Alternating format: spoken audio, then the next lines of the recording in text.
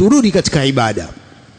Ya ayuha nnasu ubudu rabbakum alladhi khalaqakum walladhina min qablikum la'allakum tattaqun, enyi watu muabuduni Allah, muabudini Mola wenu aliyekuumbeni ili mpate kuwa na takwa. Al-ibada, ndugu zangu Waislamu, kama la yakhfa alaikum, kwamba ibada masharti yake ni mawili au zid athalith, masharti ya ibada ni matatu.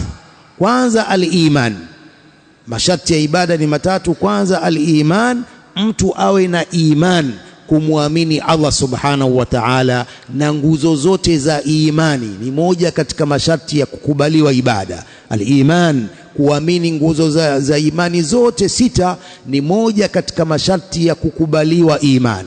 Sharti ya pili al-ikhlas, kumtakasia Allah subhanahu wa ta'ala ibada zake. Lazima tuwe na ikhlas, tumtakasie Allah ibada zake, na ikhlas ina kinyume chake ambacho ni riya. Tukifanya ibada tumwangalie Allah subhanahu wa ta'ala, tufanye liwajhihi, tufanye ibada kwa ajili ya uso wake yeye Allah subhanahu wa ta'ala, tusiwe na riya, tusiwe na ujub, tusiwe na lolote ambalo litafanya ibada zetu zikataliwe. Kwa sharti la pili la kukubaliwa ibada zetu ni ikhlas. Yaqulu Allah subhanahu wa ta'ala, wama umiru illa liya'budu Allah mukhlisina lahu ddin, hawakuamrishwa watu isipokuwa muabudu Allah hali ya kumtakasia yeye dini. Wakadhalika yaqulu Allah subhanahu wa ta'ala, qul inna salati wa nusuki wa mahyaya wa mamati lillahi rabbil alamin la sharika lah. Aya nyingine ambayo inawajibisha ikhlas, kumtakasia Allah subhanahu wa ta'ala ibada zake. Kwa sharti ya pili katika masharti ya kukubaliwa ibada zetu ni al-ikhlas. Sharti ya tatu al-mutaba'ah, kumfuata Mtume sallallahu alayhi wa alihi wasallam. Lazima masharti haya yawe sambamba katika kila ibada, iwe ni zaka, iwe ni sala, iwe ni siyam.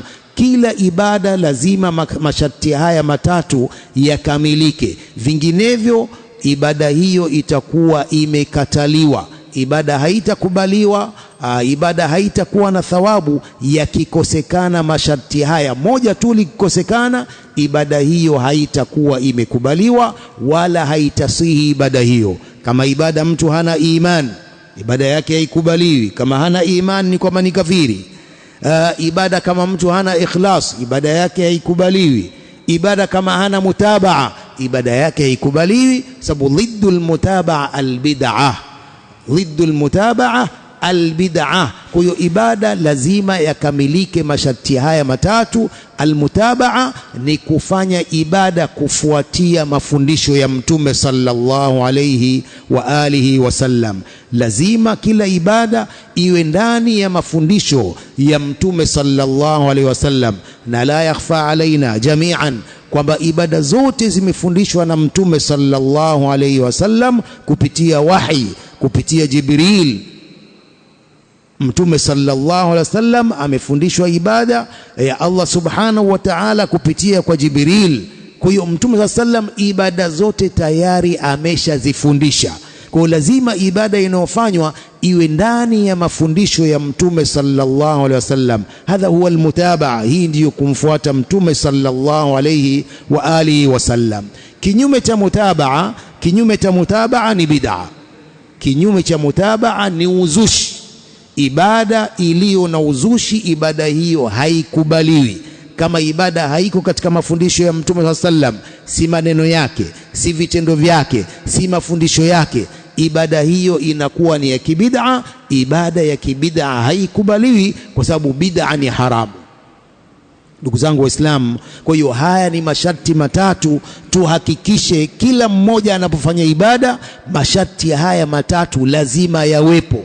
Vinginevyo ni kwamba ibada yake itakuwa ni marduda, haikubaliwi. Na hii ni kwa aya ya Allah subhanahu wa ta'ala ya mwisho wa suratul Kahf.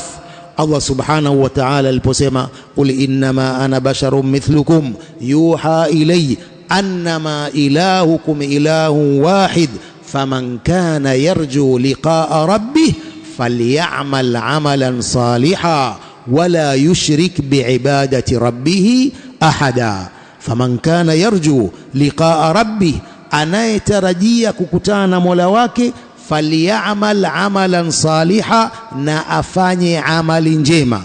Wal amalu salih, amali njema na kila iliyo katika mutabaa, kila amali ambayo iko ndani ya mafundisho ya Mtume sallam, hiyo ndiyo amali njema.